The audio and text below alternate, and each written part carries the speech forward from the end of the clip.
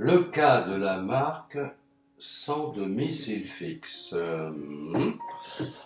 Où le passage des Alpes d'Hannibal le Carthaginois comptait aux mordus. Ouah, les mordus, introduction. 218 avant Jésus-Christ, la deuxième guerre punique commence entre Rome et Carthage. Oui, les mordus.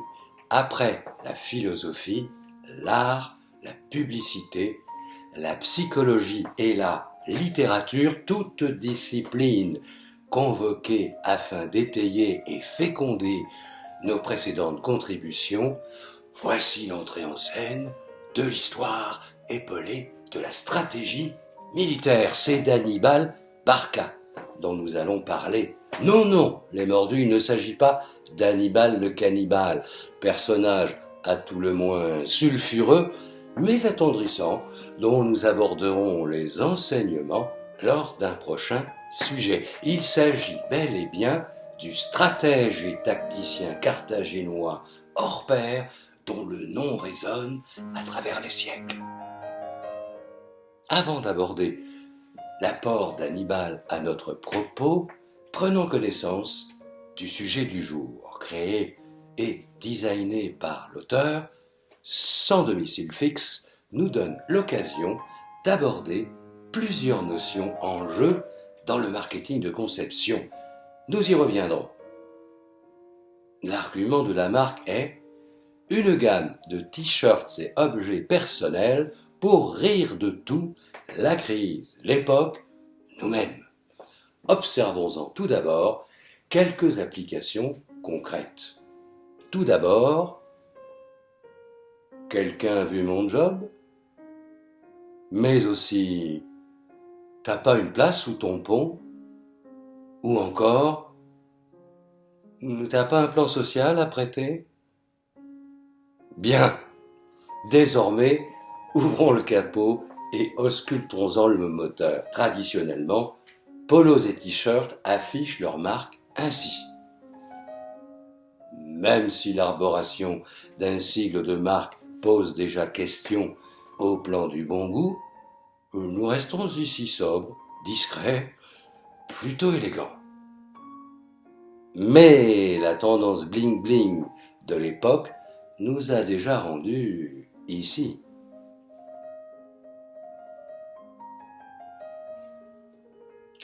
Et à quand l'évolution ici projetée? On se le demande.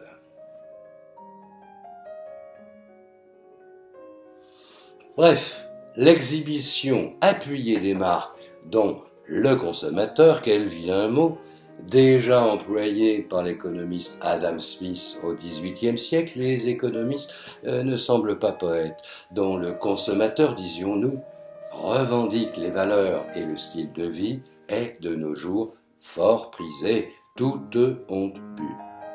Nous pourrions dupliquer l'exercice avec moult autres marques, bien évidemment, mais l'exemple choisi force le trait, ainsi que nous le souhaitions. Petite question, sur 100 porteurs de vêtements et accessoires de cette marque, combien pratiquent le sport représenté?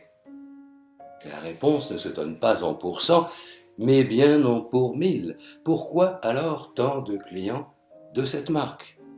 Eh bien, parce qu'opère un phénomène appelé identification en psychologie. Arborer un article griffé, c'est se sentir un peu dans la peau et dans l'univers de la marque en question, se sentir valorisé, le grand mot est lâché. Afin de rester le plus serré possible sur notre propos, nous n'entreprendrons pas, ici, une longue exploration du pourquoi de ce phénomène et de son ancrage dans les siècles, ainsi que l'a fait Roland Barthes dans le système de la mode. Contentons-nous d'en observer l'amplification toujours plus forte. Chaque marque surenchérit sur cet axe de la valorisation, et le phénomène devient si caricatural et universel que place vient à se créer pour une marque en parfait contre-pied, pour une identification inverse et décalée. Cette marque sera sans domicile fixe ou la revendication simulée d'être à la rue. Revendication qui pourra également représenter une satire légère des travers de l'époque et que l'on pourra prendre plaisir, elle aussi, à arborer. Remarquons au passage les connotations de ce syntagme sans domicile fixe, bien illustrative de notre temps. Il y a quelques décennies encore, c'est le boudu sauver les eaux dans le film de Jean Renoir de 1932, un boudu magistralement campé par Michel Simon qui occupait l'imaginaire collectif du clochard, un boudu braillard, soifard, canaille, haut en couleur. Pourquoi clochard ? Parce qu'en ce temps existait l'institution de la soupe populaire, institution qui invitait au repas en sonnant de la cloche. Passer d'une dénomination de clochard à un nom lui-même devenu un sigle, SDF, le personnel politique et ses spin doctors d'aujourd'hui sont depuis Ronald Reagan l'acteur passé maître dans l'art de manier les objets de langage et le storytelling. Ce glissement de dénomination n'est pas neutre sur le plan indiciel des valeurs d'une époque. Un SDF est un exclu de la société, triste, déprimé, souffreteux, aviné, sous les ponts. Il s'agit de le réinsérer séance tenante, le loger. Et qui sait, dans quelque temps fera-t-il peut-être à son tour partie de l'heureuse cohorte valorisée des porteurs de t-shirts, polos, blousons, vestes, manteaux, trois quarts, soutien-gorge, slip, culotte, boxer et bermuda griffés. Nous en oublions. Petit bisou à toi, George Orwell. Ah, dernier point à propos des clochards. De nos jours, la soupe populaire est devenue resto du cœur. Pour être fidèle à l'ADN de la marque sans domicile fixe, nous nous devions bien évidemment de nous y intéresser. En voici la parodie. Allez, sacré boudu, à ta santé, chin. Après cette évocation du passé glorieux de la cloche, restons à bord de la machine à remonter le temps. 218 avant Jésus-Christ, avons-nous dit, deuxième guerre punique, Hannibal Barca. Si, les mordus, nous avons de la suite dans les idées.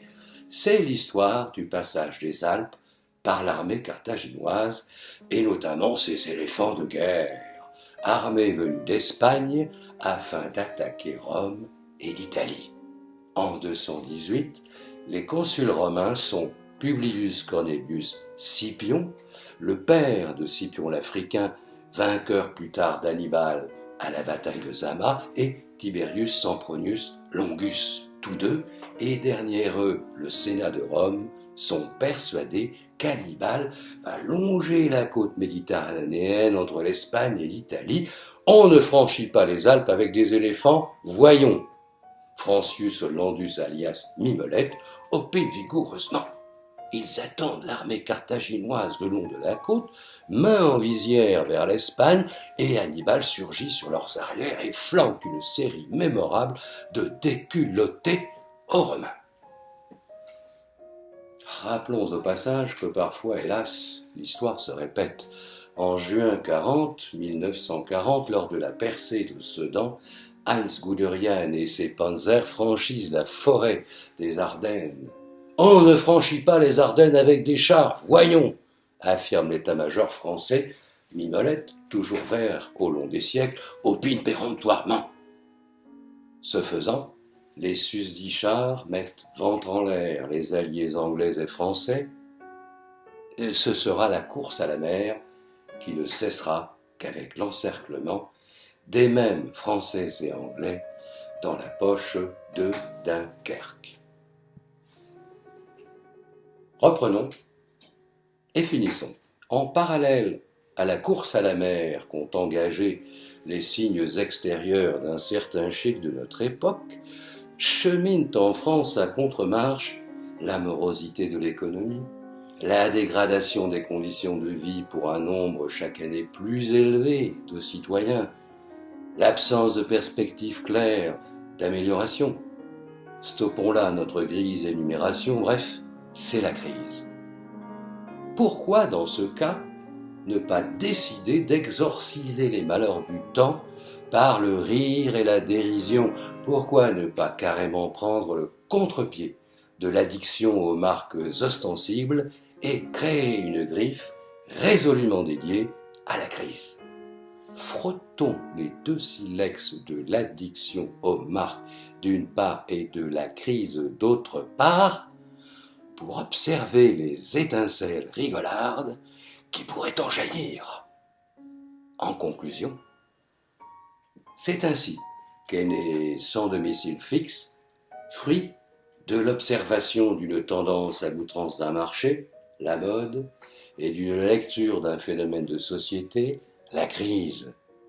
Les enseignements pour le marketing de conception en sont alors, face à un territoire, un marché, forgeons-nous nos propres cartes et suivons Hannibal et ses éléphants, cherchons le passage des Alpes, quittons le troupeau des marketeurs moutonniers pour nous tailler notre propre chemin dans la jungle de la société qui nous entoure.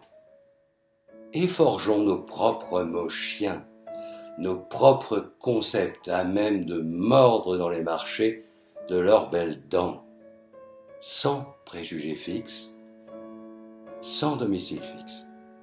Ouah, les mordus. Thierry Trian Desmarais, le 7 septembre 2014.